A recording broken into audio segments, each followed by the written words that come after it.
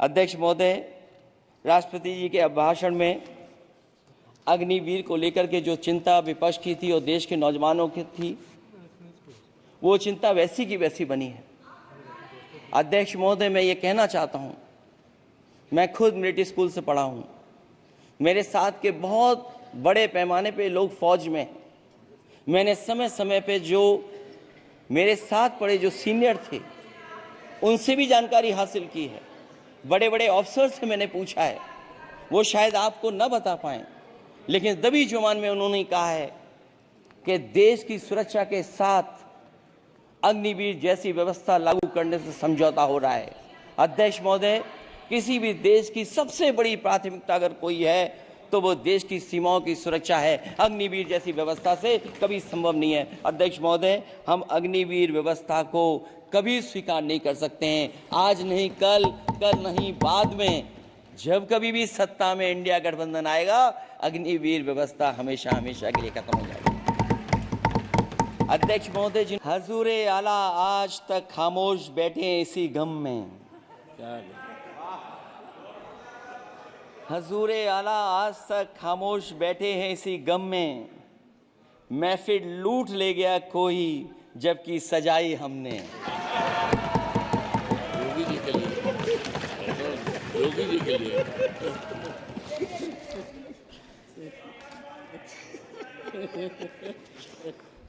अध्यक्ष महोदय,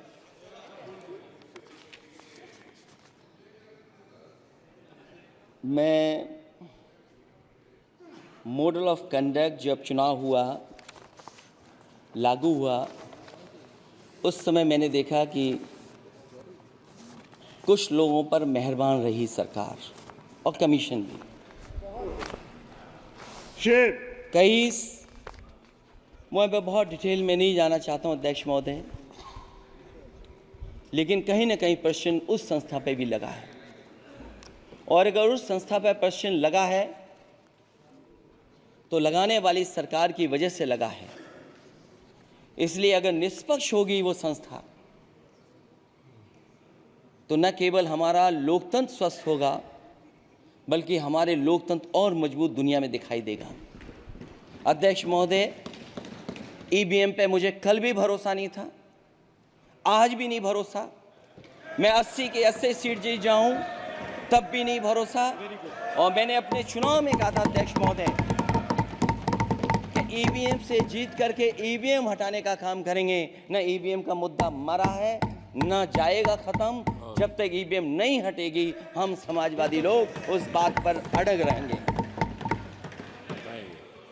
उत्तर प्रदेश अध्यक्ष महोदय वो प्रदेश है जिसने सरकार बीजेपी की बनवाई, एक बार नहीं 2 बार बनवाई, और उसी उत्तर प्रदेश के साथ कितना बड़ा भेदभाव, उत्तर प्रदेश के साथ बड़ा भेदभाव। मुझे याद है वो दिन जब प्रधानमंत्री जी एयरफोर्स के सबसे भारी वाहन हवाई जहाज से उतरे थे सड़क पर। वो अलग बात है कि उस प्रदेश के मुख्यमंत्री उनके साथ नहीं बैठ पाए थे, लेकिन वो एक्सप्रेसवे जो बना था, और आज भी जो उत्तर प्रदेश में बन रहे हैं, वो उत्तर प्रदेश के बजट से बन रहे हैं। लेकिन दिल्ली की तरफ से कोई एक्सप्रेसवे अभी नहीं दिया गया है। न केवल इंफ्रास्ट्रक्चर में भेदभाव हुआ है, बल्कि हमें याद है कि प्रधानमंत्री जी ने बड़े पैमाने पे गांव गोद लिए थे। और सोचिए, अगर देश के प्रधान सांसद अगर किसी गांव को गोद ले लें और उस गांव की तस्वीर न बदले, तो शायद मैं नहीं समझता हूं कि किसी गांव की तस्वीर 10 साल में बदली होगी। मुझे वो गांव जिसको उन्होंने गोद लिया, जो प्रधानमंत्री जी की आदर्श योजना थी उसके तहत जो गोद लिया गया था गांव, वो 5 वर्ष पहले खूब शोर हुआ था कि बनारस शहर की तरह डोमरी में चमचमाने लगे गया एक गांव। हकीकत में कुछ नहीं हुआ। उसकी दुर्दशा वैसी की वैसी है, जैसे था गांव वैसे ही का वैसा है। टूटी सड़कें, कच्ची पगडंडियां, उखड़े और टूटे हुए ईंट के खंजे, बदहाल हैंडपंप, पावर लूम और पंखे के जाली के कारखाने को आखिर कब तक रफ्तार मिलेगी जो उस गांव में काम होता था, लोग करते थे। खाली पड़े रसोई गैस के सिलेंडर, अंधाधुंध बिजली कटौती के बीच इस गांव के लोगों को हर सुबह मजदूरी की कभी ना खत्म होने वाली तलाश आखिर कब पूरी होगी। तो सोचिए, एक गांव की तस्वीर ये है, जो गांव कभी गोद लिया गया था उस गांव की भी तस्वीर नहीं सुधर पाई है। जो भाजपा के स्मार्ट सिटी के झूठे सपने में गांव के लिए कोई जगह नहीं है। अपने गांव गोद लेने की जो बात कही थी, क्या वो भी जुमला था अध्यक्ष जी? पता नहीं जिस गांव को गोद लिया था उसका नाम भी किसी को याद है कि नहीं। मैं नाम पूछ करके किसी को शर्मिंदा नहीं करूंगा, क्योंकि अगर नाम याद है तो ये तो और भी बुरी बात है कि अपने नाम याद रखने के बावजूद भी कुछ नहीं किया। जिसे गोद लिया जाता है उसे अनाथ बनाकर छोड़ देना अच्छी बात नहीं है। और अगर तस्वीर अध्यक्ष महोदय बदली हो 10 साल में उन तमाम गोद लिए हुए गांवों की, तो मैं सत्ता पक्ष के लोगों से कहूंगा जरूर इस सदन में बात रखें,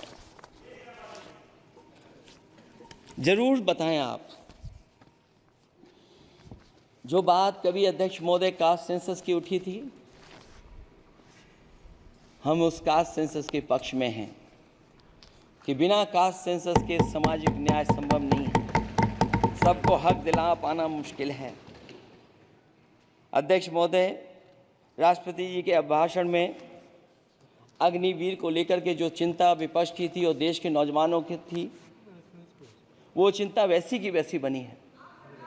अध्यक्ष महोदय, मैं ये कहना चाहता हूँ, मैं खुद मिलिट्री स्कूल से पढ़ा हूँ, मेरे साथ के बहुत बड़े पैमाने पे लोग फौज में हैं।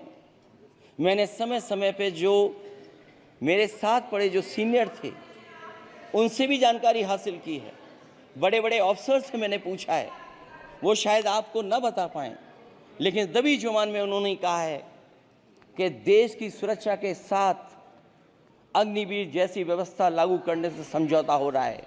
अध्यक्ष महोदय, किसी भी देश की सबसे बड़ी प्राथमिकता अगर कोई है तो वो देश की सीमाओं की सुरक्षा है। अग्निवीर जैसी व्यवस्था से कभी संभव नहीं है। अध्यक्ष महोदय, हम अग्निवीर व्यवस्था को कभी स्वीकार नहीं कर सकते हैं। आज नहीं कल, कल नहीं बाद में, जब कभी भी सत्ता में इंडिया गठबंधन आएगा, अग्निवीर व्यवस्था हमेशा हमेशा के लिए खत्म हो जाएगी। अध्यक्ष महोदय, जिन्होंने कहा कि हम आय किसानों की दोगुनी कर देंगे, आज किसान पूरा देश का देख रहा है कि उसकी आय कहां दोगुनी हो गई। और जिस तरह महंगाई बढ़ी है, सरकार बताए कि महंगाई इस बढ़ने पे उसकी आय कितनी होनी चाहिए। और जो इंफ्रास्ट्रक्चर की बड़ी बड़ी बातें की गई थी कि एमएसपी लागू करने के लिए एग्रीकल्चर सेक्टर का इंफ्रास्ट्रक्चर तैयार होगा, लेकिन जहां तक मैंने उत्तर प्रदेश में देखा है, अगर इस सरकार में एक भी नई मंडी बनी हो तो मुझे सरकार बता दे। अध्यक्ष महोदय, जो इंफ्रास्ट्रक्चर एग्रीकल्चर सेक्टर में बनाने की बड़ी बात कही थी, अगर सरकार की तरफ से एक भी मंडी 10 साल में बनी हो तो जरूर सरकार बताए। जो सरकार मंडी नहीं बना सकती है उस पर एमएसपी का भरोसा कैसे कर सकते हैं, जिन्होंने एमएसपी का भरोसा दिलाया था। हम अध्यक्ष महोदय आपके माध्यम से यही कहेंगे कि जो राष्ट्रपति के अभिभाषण में लीगल गारंटी एमएसपी को मिलनी चाहिए थी, वो क्रॉप्स को नहीं मिली है। न केवल फसलों को मिले बल्कि हॉर्टिकल्चर क्रॉप्स को भी एमएसपी देने का फैसला हो, जिससे कि हमारा किसान खुशहाल हो सके। साथ ही साथ ओपीएस की बात अभिभाषण में नहीं आई है। ओल्ड पेंशन स्कीम लागू हो, जिससे हमारे तमाम सरकारी कर्मचारियों का भविष्य बन सके। और देश की एक बड़ी आबादी, जहाँ से मैं चुन करके आता हूँ, उत्तर प्रदेश, जहाँ बुनकर, न केवल उत्तर प्रदेश बल्कि देश के कोने कोने में बुनकर समाज के लोग बड़े पैमाने पर रह रहे हैं, लेकिन बुनकरों को जो सुविधाएं मिलनी चाहिए वो भी इस सरकार में नहीं मिल पा रही हैं। जो प्रदेश सरकारों ने कभी बुनकरों के लिए योजनाएं चलाई थीं, वो भी अध्यक्ष महोदय बंद कर दी हैं। मैं अंत में इतना ही कहना चाहूँगा कि इस सरकार ने नौजवानों को नौकरी नहीं दी है, नौकरी और रोजगार उनसे छीने हैं, बहुत नौकरी छीनी है। इसलिए मैं कहना चाहता हूं अध्यक्ष जी, इसलिए मैं कहूँगा कि आपके राज में न नौकरी की उम्मीद है न रोजगार, क्योंकि आपने छोटे कारोबारी तक को इतना छोटा बना दिया है कि न तो वो अपना पेट भर सकता है न किसी को नौकरी पर रख सकता है।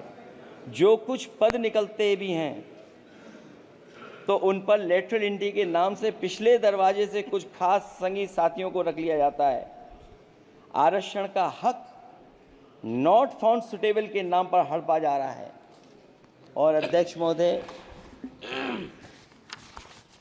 आरक्षण के साथ इतनी खिलवाड़ किसी सरकार ने नहीं की होगी जितनी खिलवाड़ इस सरकार ने की है।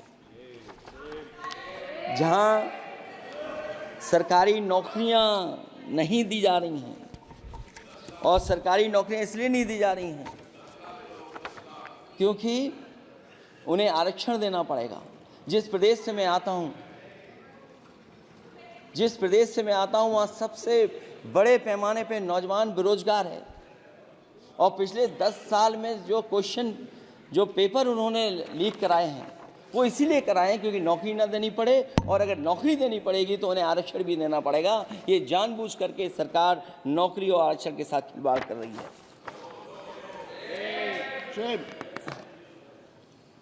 मैं अध्यक्ष महोदय अंत में इतना ही कहना चाहता हूं, आशा है ये सरकार तब तक चलेगी तब तक उसके केंद्र में इस देश का हर एक गरीब, शोषित, वंचित, पीड़ित, पिछड़ा, दलित, अल्पसंख्यक, आदिवासी, महिला, युवा, छोटा कारोबारी, ईमानदार, नौकरी पेशा, आम आदमी और कर्मचारी, अधिकारी, मजदूर और किसान होगा, ना कि धनवान होगा। और शासन के आधार पर संविधान होगा। वह जुमलों की जगह सच में महंगाई, बेरोजगारी, भ्रष्टाचार, गरीबी, भुखमरी, सांप्रदायिक हिंसा, दलित व महिला उत्पीड़न, सामाजिक अन्याय जैसे मूलभूत मुद्दों का समाधान होगा। और भोजन, बिजली, पानी, दवाई, पढ़ाई जैसी बुनियादी ज़रूरतों के लिए कागजी योजनाओं की जगह सच में इंतज़ाम होगा। मैं एक बार फिर उत्तर प्रदेश की समझदार जनता द्वारा सबसे बड़ी पार्टी चुने जाने के साथ साथ इंडिया गठबंधन समाजवादी पार्टी और कांग्रेस को सबसे ज़्यादा सीटें जिताई, उसके लिए मैं उत्तर प्रदेश की जनता